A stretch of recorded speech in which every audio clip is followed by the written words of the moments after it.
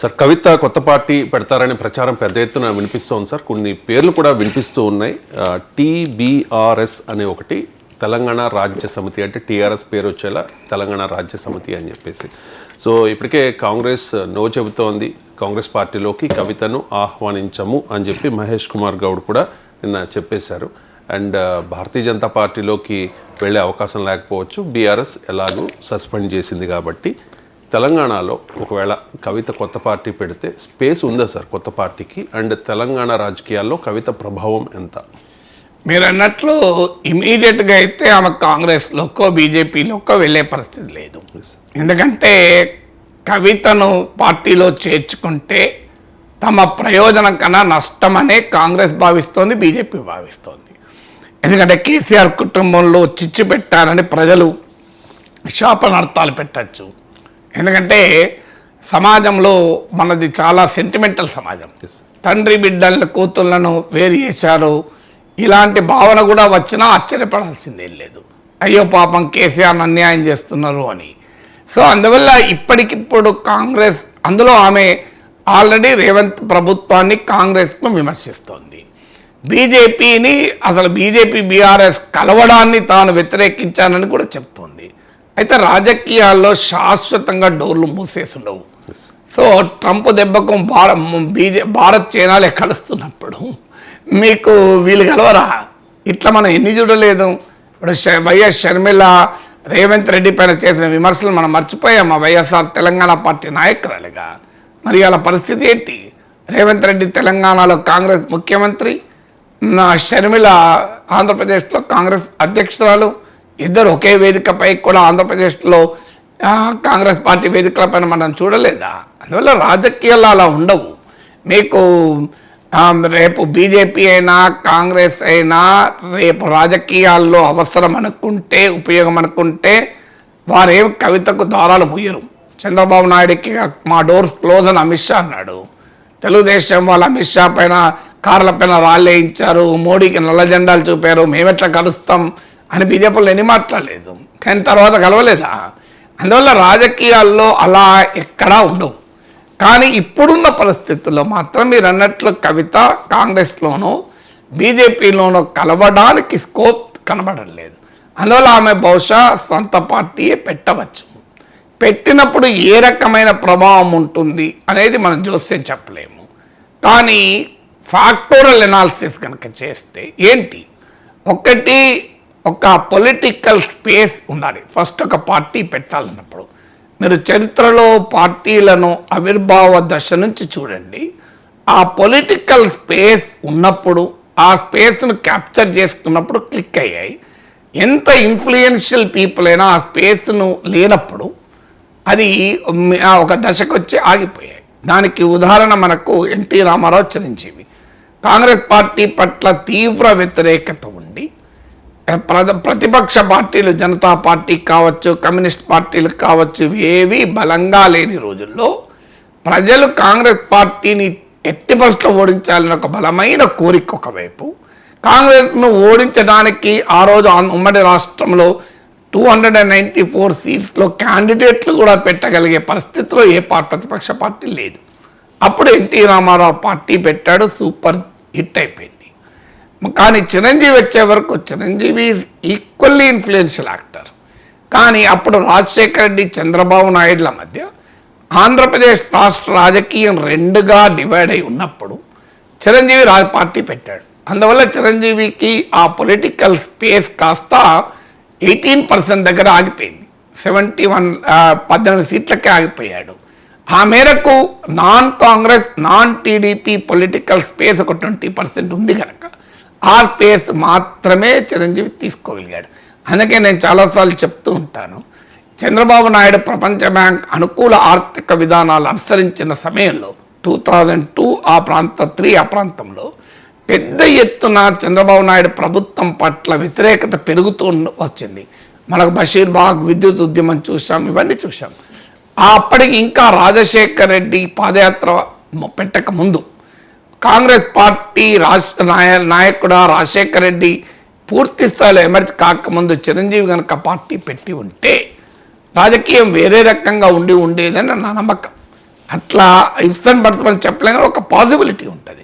So అందువల్ల చిరంజీవి పెద్ద ప్రభావాన్ని అది చూపెట్టలేదా అంటే 18% ఓటింగ్ రావడం కూడా మామూలు విషయం కాదు.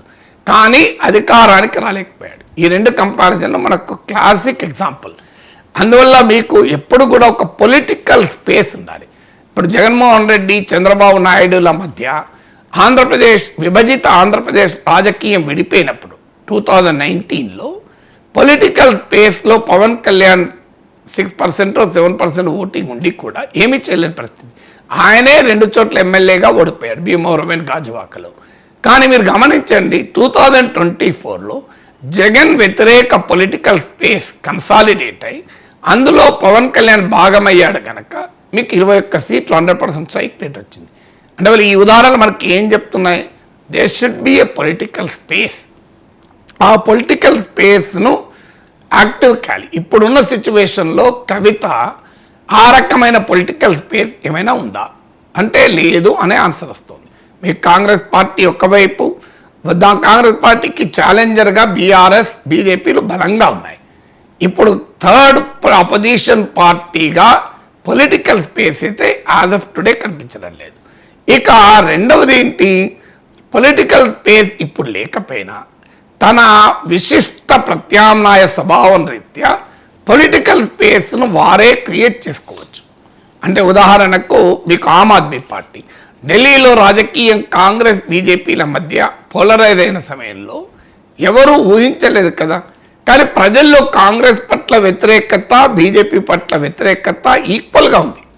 అప్పుడు ఏం చేయాలి? అప్పుడు ఒక కాంగ్రెస్ బీజేపీలకు భిన్నమైన ఒక ప్రత్యామ్నాయ స్వభావం కలిగిన క్లీన్ పాలిటిక్స్తో వచ్చిన ఆమ్ ఆద్మీ పార్టీకి ప్రజలు బ్రహ్మరథం పెట్టారు. సో అందువల్ల అక్కడ దాని ఉదాహరణ ఏం చెప్తోంది? నీ యునీక్ క్యారెక్టర్ రీత్యా ఒక పొలిటికల్ స్పేస్ క్రియేట్ చేసుకోవాలి, లేదా నీ ఐడెంటిటీతో. ఇప్పుడు ఉదాహరణకు కాంగ్రెస్, టీడీపీలు తెలంగాణలో బలంగా ఉన్న పరిస్థితి, కాంగ్రెస్ టీడీపీలు బలంగా ఉన్న పరిస్థితిలో కూడా టీఆర్ఎస్ ఎమర్జ్ అయింది. మీకు ఒక దశలో తెలంగాణ ప్రాంతంలో 1/3 ఓటింగ్ టీఆర్ఎస్కి వచ్చాయి. మీరు ఎలా వచ్చాయి మరి అంటే ఒక ఐడెంటిటీ, ఒక ఇష్యూ, తెలంగాణ వాదము అనేది ఉంది. అంటే ఈ టీఆర్ఎస్, ఆమ్ ఆద్మీ పార్టీల ఎమర్జెన్సీని మనం పరిశీలిస్తే మనకు అర్థమయ్యేది ఏంటి? ఒక యునీక్ పొలిటికల్ ఫార్మేషన్గా వస్తే ఢిల్లీ లాగా ఆమ్ ఆద్మీ పార్టీ లాగా పొలిటికల్ స్పేస్ క్రియేట్ చేసుకుంటుంది. లేదు ఏదో ఒక ఐడెంటిటీ ఆధారంగా వస్తే, దళిత్ ఐడెంటిటీ ఆధారంగా Bahujan Samaj party crowded political స్పేస్లో కూడా యూపీలో ఎమర్జే సక్సెస్ అయింది. తెలంగాణ రాష్ట్ర సమితి కాంగ్రెస్ టీడీపీల మధ్య తెలంగాణలో పోలరైజ్ అయిన పరిస్థితిలో కూడా తెలంగాణ అస్తిత్వం ఆధారంగా ఎమర్జ్ కాగలేదు. తెలుగుదేశాన్ని వీకెండ్ చేసి ఎమర్జ్ అయింది. మీకు గుర్తునే ఉంటుంది, ఒక దశలో 2009 అసెంబ్లీ ఎలక్షన్లో రాజశేఖర రెడ్డి నాయకత్వంలో కాంగ్రెస్ పార్టీకి తెలంగాణలో 50 సీట్లు వచ్చాయి. మీకు టీఆర్ఎస్కి 10 సీట్లే. తెలుగుదేశం కూడా తెలంగాణలో బలంగా ఉండేది. కానీ అయినా కూడా టీఆర్ఎస్ ఎందుకు ఎమర్జ్ అయింది? ఒక ఐడెంటిటీ. అంటే something should be there for political space. So Aam Aadmi Party ఉదాహరణ చెప్పాను, మీకు టీఆర్ఎస్ ఉదాహరణ చెప్పాను. అంటే ఒక పొలిటికల్ స్పేస్ ఎలా క్రియేట్ చేసుకుంటారు అని. కానీ ఇక్కడ కవిత ఏ పొలిటికల్ స్పేస్ క్రియేట్ చేస్తుంది? యునీక్ పొలిటికల్ ఫార్మేషన్ కాదు, యునీక్ ఐడెంటిటీ కాదు. మీకు ఇంకొక ఉదాహరణ చెప్తాను. ఎప్పుడు పొలిటికల్ స్పేస్ క్రియేట్ అవుతుంది? త్రిపుర, బెంగాల్ ఉదాహరణ. త్రిపురలో బీజేపీకి 1% ఓటింగ్ కూడా లేదు, అయినా అధికారంలోకి వచ్చింది. ఎట్లా అధికారంలోకి వచ్చింది? కాంగ్రెస్ పార్టీ యాంటీ లెఫ్ట్ ఓటర్కు రిప్రజెంటేటివ్. కానీ లెఫ్ట్ను కాంగ్రెస్ సమర్థవంతంగా ఎదుర్కోవలేదు. దేశంలో కూడా కాంగ్రెస్ అధికారంలో లేని పరిస్థితుల్లో యాంటీ లెఫ్ట్ ఓటు గంపగుత్తగా బీజేపీకి షిఫ్ట్ అయితే త్రిపురలో బీజేపీ అధికారంలోకి వచ్చింది 1% ఓటింగ్ నుంచి. బెంగాల్లో చూడండి మీరు, బీజేపీ అసలు ఒకప్పుడు 1-2 సీట్లు వచ్చే కష్టం, అసలు ఎంట్రీ లేదు. అలాంటి బీజేపీ అక్కడ ఇవాళ 77 సీట్స్తో ప్రధాన ప్రతిపక్షంగా ఉంది, అధికారంలోకి వస్తానని ఛాలెంజ్ చేస్తుంది. కారణం అక్కడున్న లెఫ్ట్ సిపిఎం వీక్ అయింది. అంటే త్రిపురలో ప్రధాన ప్రతిపక్షమైన కాంగ్రెస్ ఖాళీ చేస్తే స్పేస్ను అక్కడ బీజేపీ ఆక్రమించింది. బెంగాల్లో బలమైన ప్రతిపక్షమైన సిపిఎం ఖాళీ చేస్తే సిపిఎం ఓటిగా 5% పడిపోయింది. అక్కడ బీజేపీ క్యాప్చర్ చేసింది.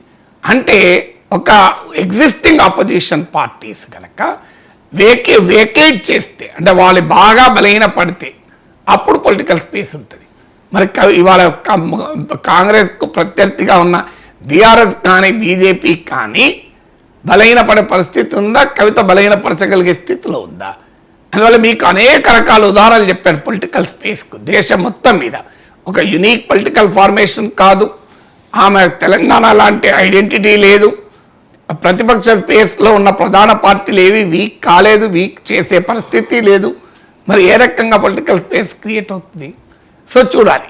ఇది నేను ఐ టోల్ ద రూల్స్. భారత రాజకీయాలు మొత్తాన్ని మీకు పరిశీలించి చెప్పాను. ఇక రెండవది, ఒక పొలిటికల్ నరేటివ్ ఉండాలి. అంటే ఏ స్పేస్లో స్పేస్ ఎట్లా క్రియేట్ అవుతుంది? ఒక పొలిటికల్ నరేటివ్తో క్రియేట్ అవుతుంది. ఆమ్ ఆద్మీ పార్టీ ఒక పొలిటికల్ నరేటివ్తో ముందుకు వచ్చింది. ఏంటి? ఒక క్లీన్ గవర్నమెంట్, ఒక సుపరిపాలన, ఒక కొత్త రాజకీయం అని. ఎన్టీ రామారావు ఒక పొలిటికల్ నరేటివ్తో వచ్చాడు. తెలుగు ప్రజల ఆత్మగౌరవం, ఢిల్లీ ఆధిపత్యానికి వ్యతిరేక పోరాటం అని. సో అందువల్ల ఒక పొలిటికల్ బలమైన నరేటివ్ ఉండాలి. 2 సీట్లున్న బీజేపీ వాళ్ళు ఎందుకు అధికారంలో ఉంది? 240 సీట్స్ గెలుచుకుంది. ఒక దశలో 300 పైన దాటిపోయింది. అంటే ఒక హిందుత్వ ఐడెంటిటీ. ఏ ఐడెంటిటీ ఇప్పుడు కవిత పార్టీకి ఉన్నది చెప్పండి? ఆమె మళ్ళీ జై తెలంగాణ అనాలి, జై కేసీఆర్ అనాలి. జై తెలంగాణ, జై కేసీఆర్ అంటే బీఆర్ఎస్ కన్నా how is it different? So BRS కాదని బీఆర్ఎస్ నుంచి దూరమై ఓటరు కవిత వెనకాల ఎట్లా వస్తాడు? అంటే she has to reinvent narrative. ఆమె ఇప్పుడు చెప్తున్న నరేటివ్ ఏంటి? కేసీఆర్ దేవుడు, ఆమె చుట్టూ దయ్యాలున్నారు. ఇప్పుడు దేవుడిని కాపాడటానికి నాకు ఓటేయండి అంటే దేవుడే నీతో లేడు కదా, దేవుడే కదా సస్పెండ్ చేసింది నువ్వు. ఇప్పుడు దేవుడు ఉన్నాడు, కేసీఆర్ దేవుడు, ఆయన చుట్టూ దయ్యాలు ఉన్నారంటే దేవుడే నిన్ను సస్పెండ్ చేసిన తర్వాత, దేవుడే నీతో లేనప్పుడు ఇక దేవుడిని కాపాడడం కొరకు బీఆర్ఎస్ వెనకాలన్న ఓటర్లు దయ్యాల నుంచి దేవుడిని కాపాడడం కొరకు కవితకు ఎందుకు ఓటేస్తారు? అందువల్ల she has no political narrative. రెండవది. మూడవది లీడర్. ఇలా బీజేపీకి చూడండి, నరేంద్ర మోడీ నాయకత్వం ఎంత పెద్ద అసెట్. అన్ని ఎన్నికల్లో కూడా మీకు 2014, 2019 ఎలక్షన్స్లో CSDS centre for study of development societies జరిపిన మీకు నేషనల్ ఎలక్షన్ స్టడీస్ ప్రకారము 1/3 of the voter, BJP voter మోడీని చూసి ఓటేశాడు. 2024లో బీజేపీకి 240కి తగ్గిన సమయంలో కూడా నేషనల్ ఎలక్షన్ స్టడీస్ డేటా ప్రకారం 1/4 of the voter, BJP voter మోడీని చూసి ఓటేశాడు. కొన్ని కర్ణాటక లాంటి రాష్ట్రాలు, కొన్ని రాష్ట్రాలు అయితే 50% వరకు కూడా బీజేపీ ఓటర్ మోడీని చూసి ఓటేశాడు.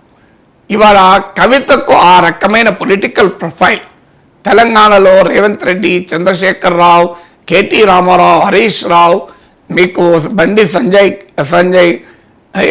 ఈటల రాజేందర్, వీళ్ళందరూ, కిషన్ రెడ్డి, వీళ్ళందరికన్నా ఎక్కువ పొలిటికల్ ప్రొఫైల్ ఉందా? అది బిల్డ్ కావాలి. నేనేమీ జోస్యం చెప్పడం లేదు. మళ్ళీ నేను మీకు మెథడ్స్ చెప్పాను. ఈ మెథడ్స్లో ఈ ఫ్యాక్టర్స్ ఉండాలి అని చెప్పాను. ఆ ఫ్యాక్టర్స్ కవిత కనుక సంపాదించుకుంటే అవకాశం ఎప్పుడైనా ఉంటుంది, ఎవరికైనా ఉంటుంది. కవితకి ఏంటి, ఆ స్పేస్ నాగేశ్వర్కైనా ఉంటుంది. కానీ ఆ ఫ్యాక్టర్ సంపాదించుకోగలగాలి కదా. ఆమె ఇప్పుడున్న సిచ్యువేషన్ లేదు, ఆ ఫ్యాక్టర్స్ లేవు. అందువల్ల ఆమె ప్రయోగం ఇప్పుడున్న రాజకీయ పరిస్థితుల్లో మాత్రం పెద్ద హిట్ అయ్యే వాతావరణమే తెలియదు. సరే, నేను ఫ్యాక్టర్స్ అన్నీ చెప్పాను. ఈ ఫ్యాక్టర్స్లో ఏవైనా ఆమె అలవరుచుకోగలిగితే ఇంపాక్ట్ చూపెడుతుంది. లేకపోతే మాత్రం ఇప్పుడున్న స్థితిలో వాతావరణమే తెలియదు.